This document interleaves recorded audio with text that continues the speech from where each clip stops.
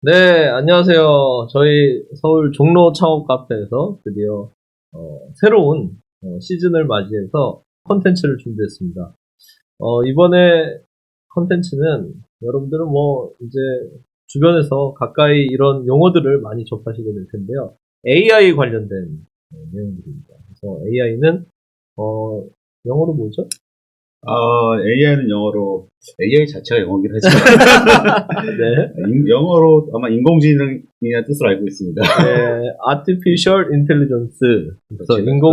인공지능이라는 그 그렇죠. 뜻을 가진 우리 주변에 이제 AI가 많이 접목되기 시작했습니다. 그래서 이 중요한 내용들을 오늘 여러분들하고 재밌게 풀면서 개념화를 해주시고 또 그 부분들이 기업가 정신하고 어떻게 접목이 되는지 설명을 해주실 한국외대의 최병철 교수님 모셨습니다. 와!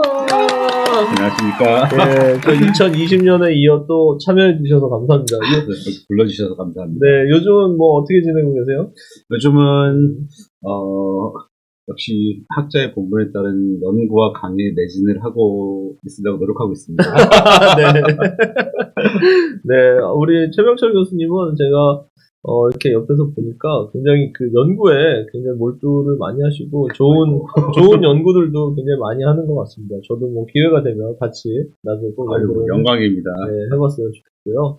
오늘 얘기해 주실 AI에 대한 부분들은 우리 수업을 듣고 나서 여러분들하고 질의응답을 통해서 조금 더 깊은 내용들을 여러분들하고 얘기를 해보도록 하겠습니다. 그럼 최병철 교수님을 모시고 이제 수업을 들어보도록 하겠습니다. 네, 여러분 안녕하세요. 반갑습니다. 오늘 여러분과 함께 성큼 다가온 AI의 시대, 공감에 창의를 더한 기업가 정신으로 무장하라. 이런 주제로 이야기를 나눠볼 저는 한국외국어대학교 경영대학 최병철 교수라고 합니다. 반갑습니다. 벤처와 기업가 정신, 혁신을 연구하는 학자로서 AI는 저는 그동안 이 새로운 어떤 그 창업과 기업가 정신 발휘의 기회로 생각을 해왔는데요. 어느 날 제가 관련된 AI 책을 많이 읽다가 제가 좋아하는 이지성 작가의 에이트라는 책을 보게 됐어요.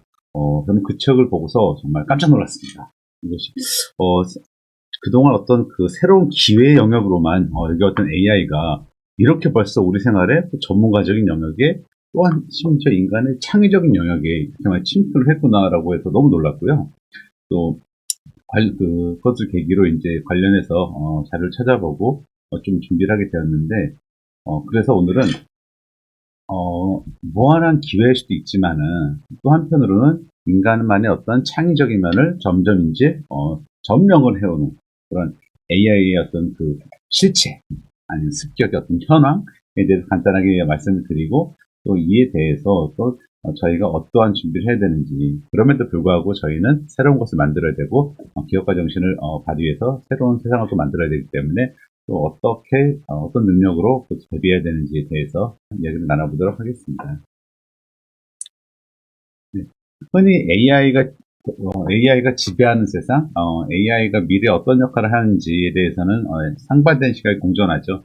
모든 인간은 더 이상 이제 반복적이고 지겨운 일상 업무에서 해방돼서 창의적이고 창조적인 일에 몰두할 것이다. 이런 전망도 있고요.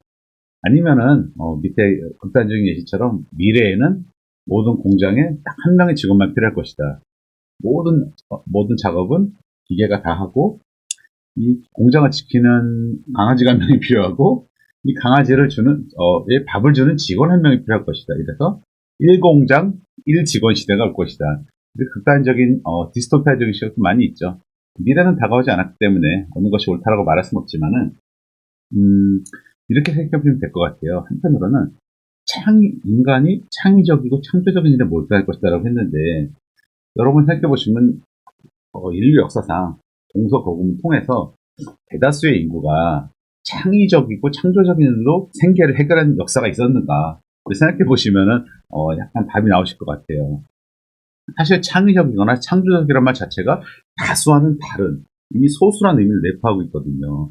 그렇기 때문에 다수의 인구가 소수가 추구하는 일로 생계를 해결한다는 것은 어떻게 보면은 약간 모순일 수가 있어요.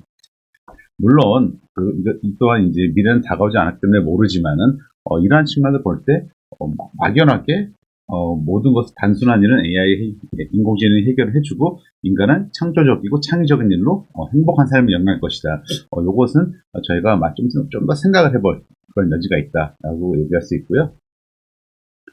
그래서 학자들마다 그 AI에 의해서 지배되는 미래의 모습을 다른 방식으로 보냈지만 최근 들어 재미있는 연구 결과가 있습니다. 뭐 프레카리아트라는 어떤 새로운 계급 개념이 제시되었는데요. 런던 대학의 가이 스탠딩 교수님이 제시한 개념이고 이를 바탕으로 서울대학교 유기현 교수님께서 재밌지만 한편으로는 또 의미도 있고 무시무시한 연구 결과를 내놓으셨어요. 2090년까지 미래의 계급 전망입니다. 1계급은 0.0001%의 어떤 플랫폼 및 기술 소유한 기업입니다. 0.0001이 아니라 0.0001%예요, 여러분.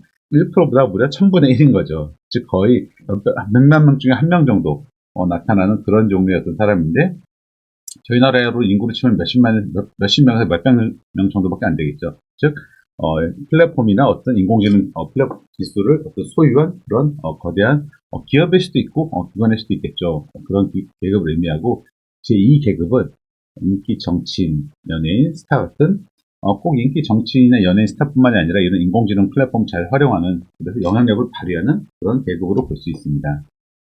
제3계급이 좀 있어요. 그 다음 계급은 사람이 아닙니다.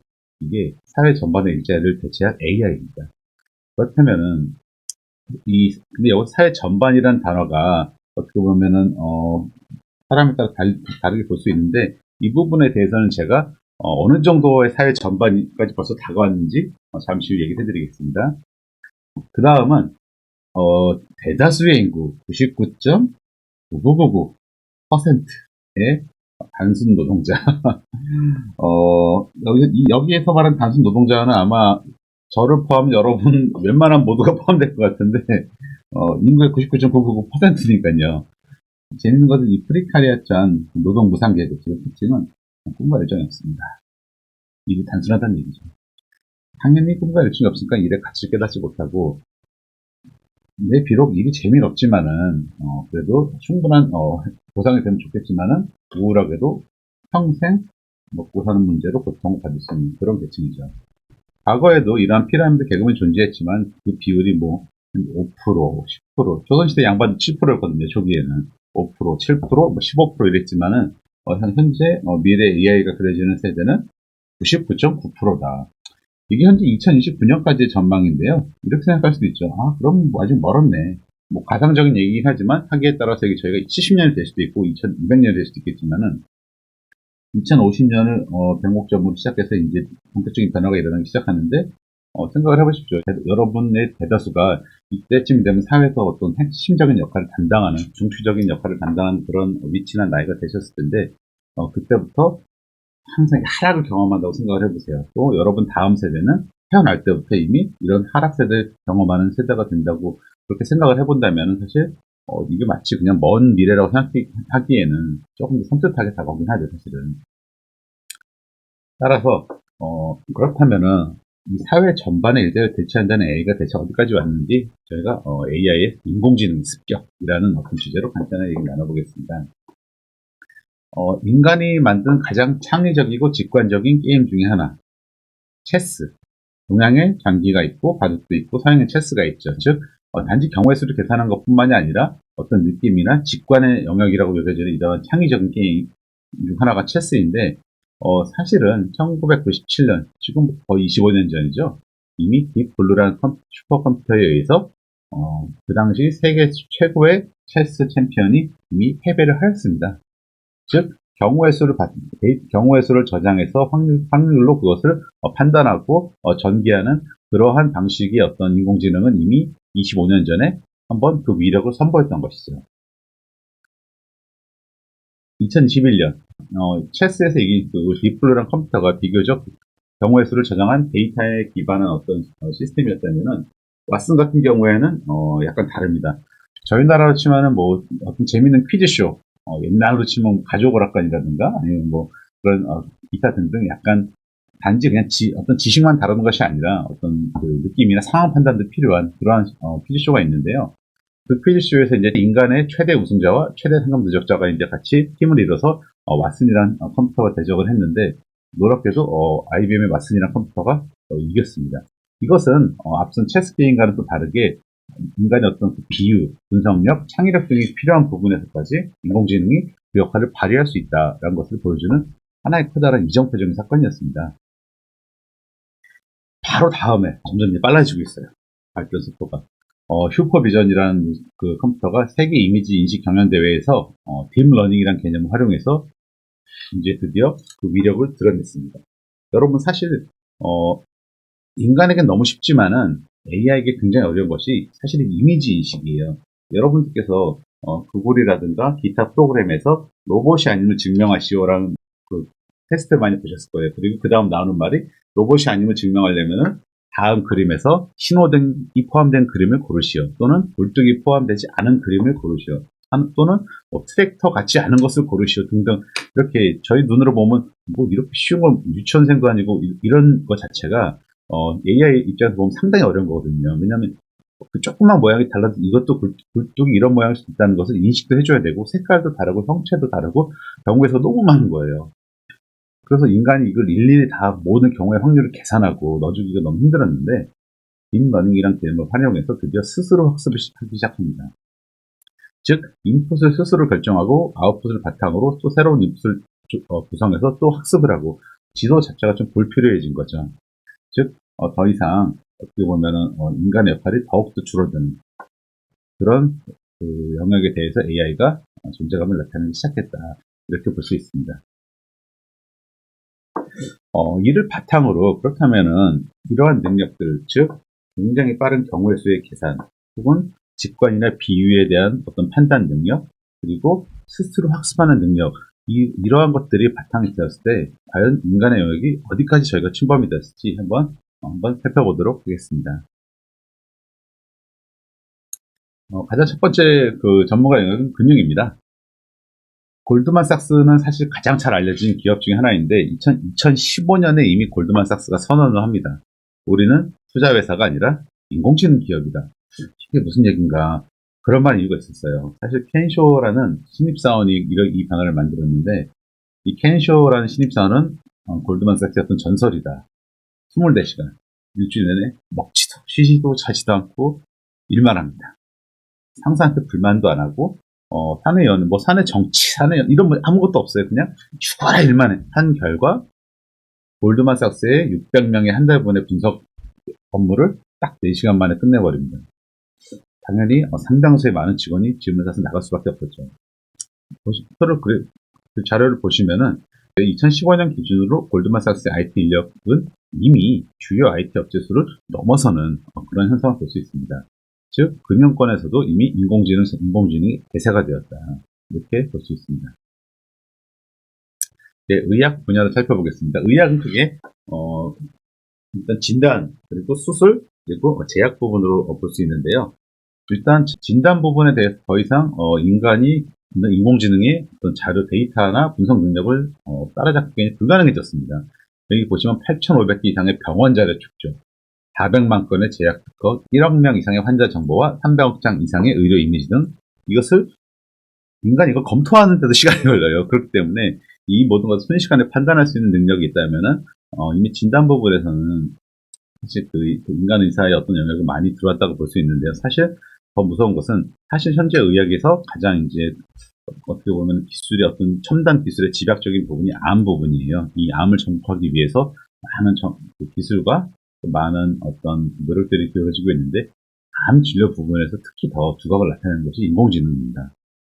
실제로 2016년 과천대학교 길병원 암 환자 100명의 설문조사를 했더니 이 왓슨이란 인공지능 의사를 실제 의사의 판단력보다 더 신뢰할 수 있다는 답이 나와서 충격을 주었죠. 진단뿐만이 아니라 제약이나 어떤 수술 부분에서도 이미 로봇을 바탕으로 한 인공지능은 활약을 하고 있는데요. 실제로 보시면 이 다빈치라는 수술 로봇 현재 80%의 점유율을 가지고 있지만 인간이 어떤 실수할 수 있는 영역에 대해서 굉장히 컨트롤 잘할 수 있도록 도와주는 그런 수술 로봇이 이미 등장해서 활약을 하고 있고요. 특히 이제 약사 로봇이라고 불리는 이 로봇 같은 경우는 인간 약사는 차이는 있겠지만 실수는 할 수 있습니다. 그 0.1%라도 그 실수가 만약에 어떤 특정 성분을 0.3을 넣어야 되는데 0.03을 넣는다거나 반대로 3을 넣는 순간 이건 사실 어마어마한 결과를 초래할 수도 있죠. 근데 현재 약사 로봇 같은 경우는 200만 건의 처방된 조제 중 실수가 제로입니다. 뿐만이 아니라 완벽한 위생을 자랑하고 있죠. 인간이 가지고 있는 균 같은 게 없기 때문에. 따라서 미국 같은 경우는 이제 거대한 제약회사의 그 상당수의 많은 부분이 그 제약 로봇으로 이미 대체된 그런 부분으로 볼 수 있습니다.